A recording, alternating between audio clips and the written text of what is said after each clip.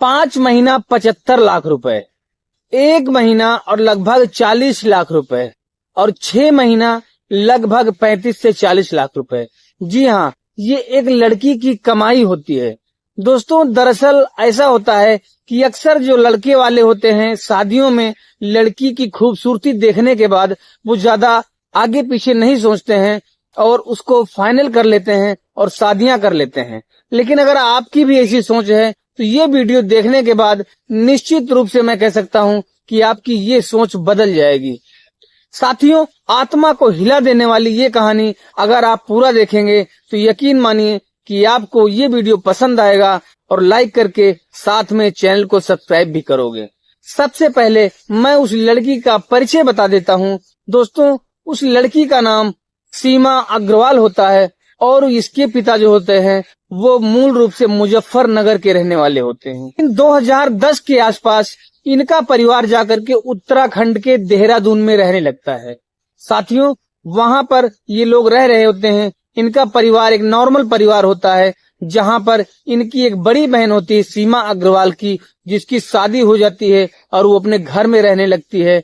और सीमा अग्रवाल होती है, ये LLB की फर्स्ट ईयर की छात्रा थी, LLB की पढ़ाई कर रही थी और इसका एक छोटा भाई होता है। साथियों, सीमा अग्रवाल को पैसे की ऐसी चाहत होती है कि वो जल्द से जल्द बहुत सारा पैसा कमा लेना चाहती थी। लेकिन ढेर सारा पैसा कमाने के लिए या तो आप कड़ी से कड़ी मेहनत कीजिए, या तो आपके पास कोई टैलेंट हो, या फिर नंबर 2 का काम करिए। दोस्तों, इसके पास ना तो पहले वाली चीज, ना कोई टैलेंट होता है और ना ही कड़ी मेहनत ये कर सकती है। हाँ, इसके पास नंबर 2 का काम करने का तरीका, एक जुगाड़ आ जाता है दिमाग में। दोस्तों, ये क्या करती है, अपनी जो खूबसूरती होती है उसी को हथियार बनाती है और उसी के प्रयोग से लोगों को लूटना शुरू करती है। दोस्तों, 2003 में ये शादी.com से, जो शादियों की वेबसाइट होती हैं, वहां पर जाकर के अपना प्रोफाइल बनाती है। अपना प्रोफाइल बनाने के बाद सीमा जो है वहां पर देखने लगती है लड़कों की लिस्ट जो होते हैं उसमें। तब वो देखती है कि एक आकाश नाम का व्यक्ति है जो शादी के लिए अपना, उसने भी शादी.com पर डाल रखा है और उसकी कमाई करोड़ों में है। दोस्तों, वो जो है उसका 2-3 पॉइंट होता है। सारे केस को देखने के बाद ये लगा है कि वो सबसे पहले तो ऐसे व्यक्ति को खोजती है जिसकी कमाई करोड़ों में है, सालाना उसकी इनकम करोड़ों में होती है। और दूसरा वो जो देखती है वो ये देखती है कि कोई तलाकशुदा व्यक्ति हो जिसे हम अपना मुर्गा बनाएं। दोस्तों, आकाश को देखती है तो आकाश की कमाई करोड़ों में थी और देखती है कि वो भी तलाकशुदा है, तो वो जो है आकाश से संपर्क करती है और अपनी बातें बताती है। दोस्तों, दोनों बातचीत करते हैं। तब आकाश कहता है कि आखिर तुम इतनी खूबसूरत हो, तुम मुझ तलाक जिसका हो चुका है उससे क्यों शादी करना चाहती हो। तब सीमा आकाश से कहती है कि दरअसल ऐसा है, हमारे माँ बाप बहुत गरीब हैं और जहाँ भी शादी की बात करते हैं तो ढेर सारा दहेज लोग मांगते हैं, लेकिन हमारे माँ बाप वो दहेज देने में सक्षम नहीं है। तो मैंने आपकी प्रोफाइल को देखा शादी.com पर, तो मुझे लगा कि आपके पास तो बहुत सारा पैसा है, आपको पैसे की जरूरत नहीं होगी, शायद आप मुझे पसंद कर लो। तो मैं भी आपको पसंद करती थी, देखा आपकी फोटो तो आप भी मुझे अच्छे लगे, तो मैंने सोचा एक बार आपसे बात करती हूँ। साथियों, सीमा की मीठी मीठी बातें आकाश को बहुत अच्छी लगती हैं। दोनों एक जगह सेट करते हैं और वहां पर जाकर के उन दोनों की मुलाकात होती है। दोस्तों, उसके बाद दोनों की 2013 में ही शादी हो जाती है। शादी के बाद 4-5 महीना सब कुछ बढ़िया चल रहा होता है। तभी जो है एक दिन सीमा अपने मायके जाती है। मायके जाने के बाद वो जो है आगरा के थाने में जाती है और वहां पर अपने पति के खिलाफ एक केस डालती है। वो किस चीज का, कि मेरा पति नपुंसक है और उसने मुझे धोखे में रखा, शादी के पहले बताया नहीं। और अपने ससुर यानी कि आकाश के पिता और आकाश के बड़े भाई पर ये केस डालती है कि इन्होंने मेरे साथ रेप किया। दोस्तों, ये मामला चलता है। अब ये काफी पैसे वाला परिवार था, ये बेइज्जती के डर से सोचता है, पहले तो सोचता है कि चलो इनसे लड़ेंगे, लेकिन बाद में सोचता है ये तो बहुत मामला लंबा खींचेगा, हमारे बिजनेस पर भी इसका प्रभाव पड़ेगा, हमारा बदनामी भी होगी, रोज रोज घर पे पुलिस आएगी।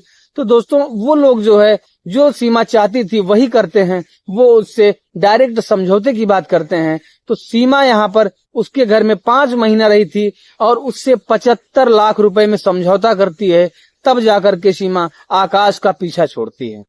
साथियों 2013 में इनकी शादी हुई थी और 2013 के लास्ट तक इतना कुछ हो जाता है। अब 2014 आता है। 2014 में सीमा जो है अपना फिर से शादी.com पर ही अलग नाम से प्रोफाइल बनाती है और वो सर्च करती है तो उसको एक व्यक्ति मिलता है जो गुड़गांव के, हरियाणा में गुड़गांव है, वहां का एक सॉफ्टवेयर इंजीनियर होता है जिसकी इनकम भी करोड़ों में होती है, सालाना इनकम करोड़ों में होती है।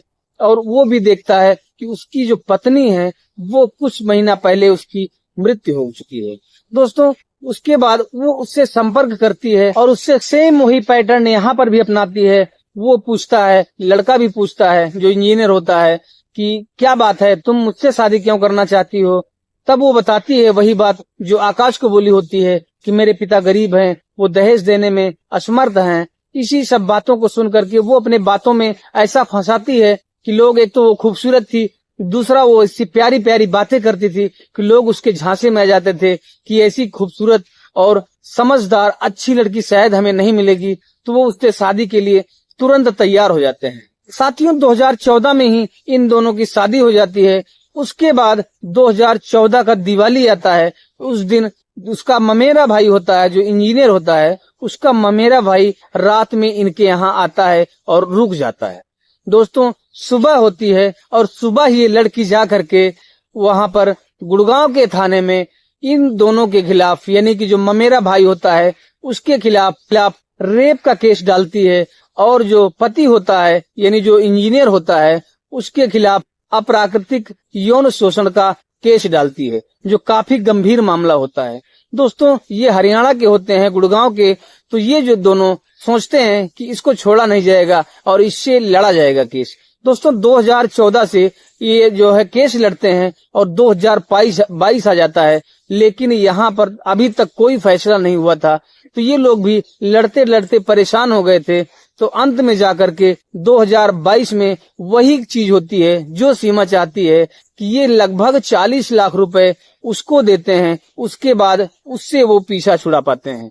दोस्तों यहाँ पर दूसरा केस इन्होंने कर लिया सीमा ने, तो जो है इसके पास काफी पैसे अब आ चुके थे। साथियों 2022 में ये मामला जाकर के समाप्त होता है। 2023 में सीमा अग्रवाल फिर से वही काम करती है और अपना शादी.com पर जाती है, नए नाम से अपना प्रोफाइल बनाती है और जब ढूंढती है तो वहां पर एक लड़का उसका जयपुर से मिलता है, उसको दिखाई देता है वहां पर उसकी प्रोफाइल लगी हुई, जिस पर उसकी कमाई भी सालाना करोड़ों में थी और वो भी एक तलाकशुदा व्यक्ति था, वो एक ज्वेलर था। दोस्तों जब उसका वो देखती है तब उसको भी कॉल करती है, संपर्क करती है उससे जाकर के बातचीत होती है। सारी बातें लगभग रिपीट हो रही थी। हर कोई व्यक्ति ये इतनी खूबसूरत लड़की को देखता था तो ये सवाल जरूर करता था, हर कोई यही सवाल करता था कि अगर तुम्हारी पहली शादी है तो तुम मुझसे ही शादी क्यों करना चाहती हो जबकि मैं तलाकशुदा हूँ। तब वो सबको वही रटा रटाया जवाब देती थी कि दरअसल मेरे पिता गरीब हैं और वो दहेज देने में असमर्थ हैं, इसलिए उनको बताया मैंने कि आपको वो बातों में ऐसा फंसाती थी कि कोई ना नहीं कर पाता था।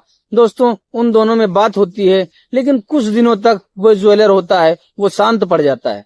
तब जो है ये सीमा उसको फोन करती है और वो कहती है कि आपने कुछ बताया नहीं, अगर आपको शादी नहीं करनी तो बताओ हम कोई और देखें। दोस्तों दोनों में बात होती है और ज्वेलर शादी करने के लिए तैयार हो जाता है।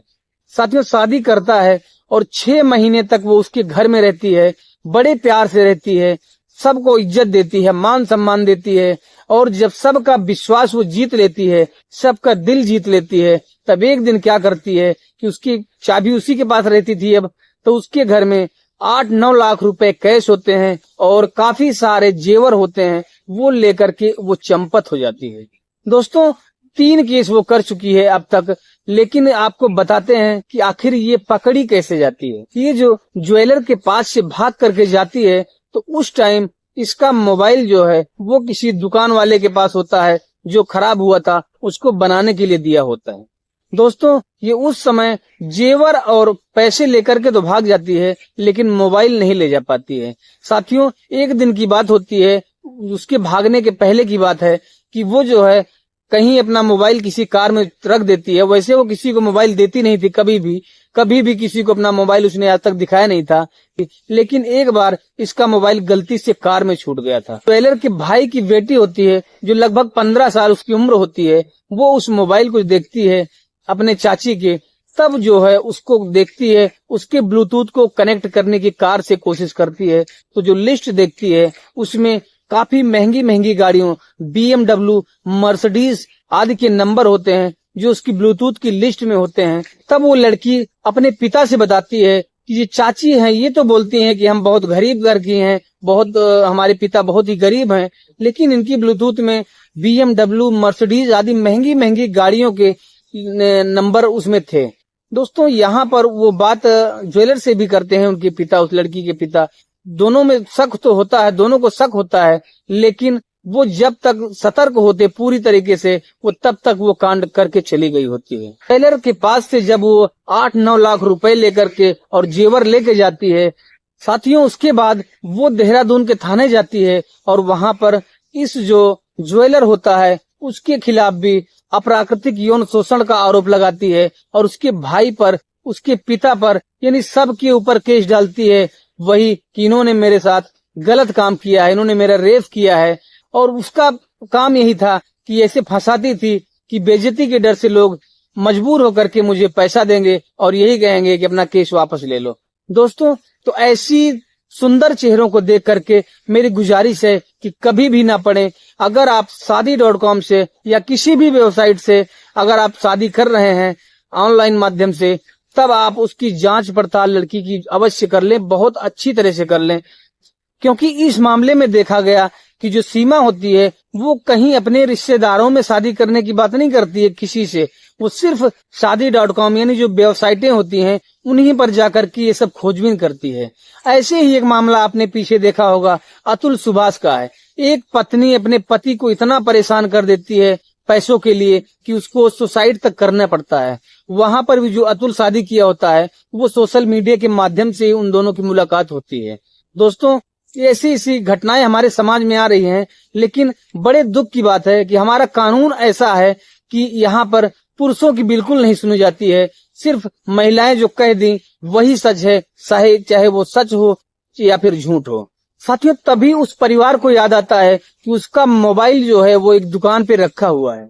वो जो है ज्वेलर का परिवार जाता है वहां पर और उसके मोबाइल वाले से पूछता है कि उसका मोबाइल दीजिए, और जो उसके बनवाई होती है उस मोबाइल का उसको देते हैं वो, और कहते हैं क्या इसका डाटा निकल सकता है क्या। तब वो दुकानदार जो है उन लोगों को उसका डाटा निकाल के देता है और वहां पर उस मोबाइल से उसमें उन पुराने पतियों का भी नंबर मिलता है, उनकी फोटो मिलती है। तब वो जो नंबर उनमें होते हैं उन सब पे फोन कर करके पूछा जाता है, तो दोनों पति उनके जो पहले हुए होते हैं वो सब बताते हैं उनसे कि अरे भैया इस लड़की से तो बच के रहिएगा, ये मुझसे इतना ठग के ले गई है। दूसरा कहता है मुझसे इतना ठग के ले गई है। तो उसके बाद वो सारा सबूत इकट्ठा करता है वो परिवार और जाकर के थाने में FIR करता है, और FIR के बाद पुलिस तत्परता से काम यहाँ पर करती है और उसके देहरादून जहाँ पर उसका घर होता है वहां जाकर के उसको गिरफ्तार करती है। और अभी तक 3 मामलों का खुलासा हो पाया है। जो भी हो, जैसे भी हो, ये घटना हमें ये जरूर सिखा देती है कि शादी ब्याह में सिर्फ सूरत ही नहीं, सेहरत भी देखनी चाहिए, नीयत भी देखनी चाहिए। दोस्तों इस कहानी को सुनाने का मकसद मेरा किसी को दुख देना, किसी को तकलीफ देना नहीं है, बस हमें आपको जागरूक करना, आपको सतर्क करना कि आपके साथ भी कभी ऐसी घटना ना हो जाए, इसलिए आपको बताते हैं। दोस्तों आप लोग हमारा सपोर्ट कीजिए और वीडियो को लाइक कीजिए, साथ में चैनल को सब्सक्राइब कर लीजिए। फिर मिलेंगे किसी अन्य वीडियो में किसी अन्य घटना के साथ। तब तक के लिए नमस्कार, जय हिंद।